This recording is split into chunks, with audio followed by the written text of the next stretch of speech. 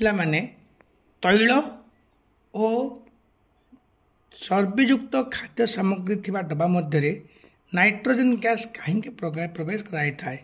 ଆମେ ମଧ୍ୟ ଥରେ କୋଶ୍ଚିନ୍ରେ ପଢ଼ିଛେ, ଏକ ମାର୍କିଆ ପଡ଼ିଥିଲା MCQରେ, ଯେ ଆମେ ଯେଉଁ ଖାଉଛେ କୁରକୁରି ମିକ୍ସଚର, ଏ କୁରକୁରି ପ୍ୟାକେଟ୍ ମଧ୍ୟରେ କେଉଁ ଗ୍ୟାସ୍ ଥାଏ?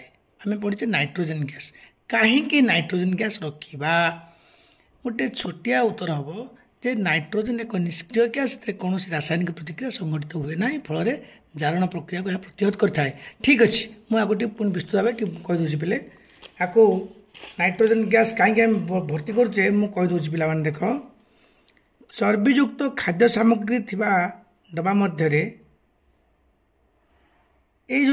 ଏଇ ଜିନିଷ ଗୁଡ଼ିକ ବାୟୁ ସଂସ୍ପର୍ଶରେ ଆସି ଜାରିତ ହୋଇଥାଏ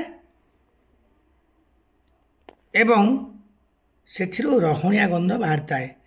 ତେଣୁ ଜାରଣକୁ ପ୍ରତିହତ କରିବା ପାଇଁ ଖାଦ୍ୟ ସାମଗ୍ରୀ ଥିବା ଡବା ମଧ୍ୟରେ ବାୟୁ ବଦଳରେ ନାଇଟ୍ରୋଜେନ୍ ଗ୍ୟାସ୍ ପ୍ରବେଶ କରିବା ଦ୍ୱାରା ଖାଦ୍ୟ ସାମଗ୍ରୀର ଅମ୍ଳଜାନ ସହିତ ଜାରଣ ଘଟେ ନାହିଁ। ମାନେ ଅମ୍ଳଜାନ ତା ସଂସ୍ପର୍ଶରେ ଆସିଲା ମାନେ ତ ଜାରଣ ପ୍ରକ୍ରିୟା ହେବ ନା, ତେଣୁକରି ଜାରଣ ହେଲା ମାନେ ନଷ୍ଟ ହୋଇଯିବ, ରହଣିଆ ଗନ୍ଧ ହେବ। ତେଣୁ ନାଇଟ୍ରୋଜେନ୍ ଗ୍ୟାସ୍ ଭର୍ତ୍ତି କଲେ ମେନ୍ କଥା ହେଲା ନାଇଟ୍ରୋଜେନ୍ ଗ୍ୟାସ୍ ଏକ ନିଷ୍କ୍ରିୟ ଗ୍ୟାସ୍, ସେଥିରେ କୌଣସି ରାସାୟନିକ ପ୍ରତିକ୍ରିୟା ସଂଘଟିତ ହୁଏ ନାହିଁ। ତେଣୁ ଆମେ ଏଥିରେ ନାଇଟ୍ରୋଜେନ୍ ଗ୍ୟାସ୍ ଭର୍ତ୍ତି କରୁଛେ। ବାସ୍ ଏତିକି କହିଲେ ଯଥେଷ୍ଟ। ଆଉ ସେ ଅମ୍ଳଜାନ ସଂସ୍ପର୍ଶରେ ଆସିଲାନି ଅମକ ସମୟ ଏତେ କିଛି ଜାଣିବା ଦରକାର ନାହିଁ। ଆମେ ଯଦି ବାୟୁ ପଶିବା, ବାୟୁ ତ ଏକ ମିଶ୍ରଣ ନା, ବାୟୁରେ ଅମ୍ଳଜାନ ଅଛି, ବାୟୁରେ ହାଇଡ୍ରୋଜେନ୍ ଅଛି, ବାୟୁରେ କ'ଣ ଅଛି, ନାଇଟ୍ରୋଜେନ୍ ସବୁ ଅଛି। କିନ୍ତୁ ଅମ୍ଳଜାନ ଯେଉଁ ଆସିବ ଖାଦ୍ୟର ସଂସ୍ପର୍ଶରେ, ତାହା ଆସ୍ତେ ଆସ୍ତେ ଜାରଣ ପ୍ରକ୍ରିୟା ଦ୍ୱାରା ନଷ୍ଟ ହୋଇଯିବ। ତେଣୁ ନାଇଟ୍ରୋଜେନ୍ ରଖିଲେ ରାସାୟନିକ ପ୍ରତିକ୍ରିୟା ସଂଘଟିତ ହେବ ନାହିଁ, ତାହା ସଂରକ୍ଷିତ ହୋଇ ଦୀର୍ଘଦିନ ପର୍ଯ୍ୟନ୍ତ ରହିବ।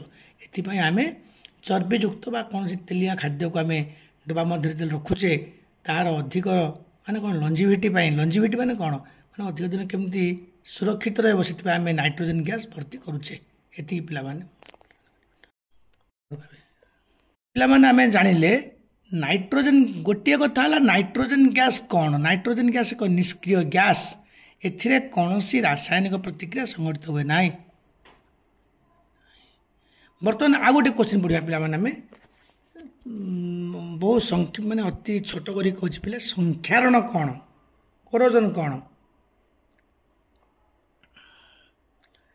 ଏକ ଲୌହ ନିର୍ମିତ ଦ୍ରବ୍ୟ ନୂତନ ଅବସ୍ଥାରେ ଚିକଚିକିମାରେ ଉଜ୍ଜଳ ଦେଖାଇଥାଏ, କିନ୍ତୁ ଏହା କିଛି ଦିନ ରହିଗଲା ପରେ ଜଳୀୟ ବାଷ୍ପ ଉପସ୍ଥିତିରେ ଜାରଣ ପ୍ରତିକ୍ରିୟା ଦ୍ୱାରା ୟା ଉପରେ ଗୋଟେ ବାଦାମୀ ରଙ୍ଗର ଆସ୍ତରଣ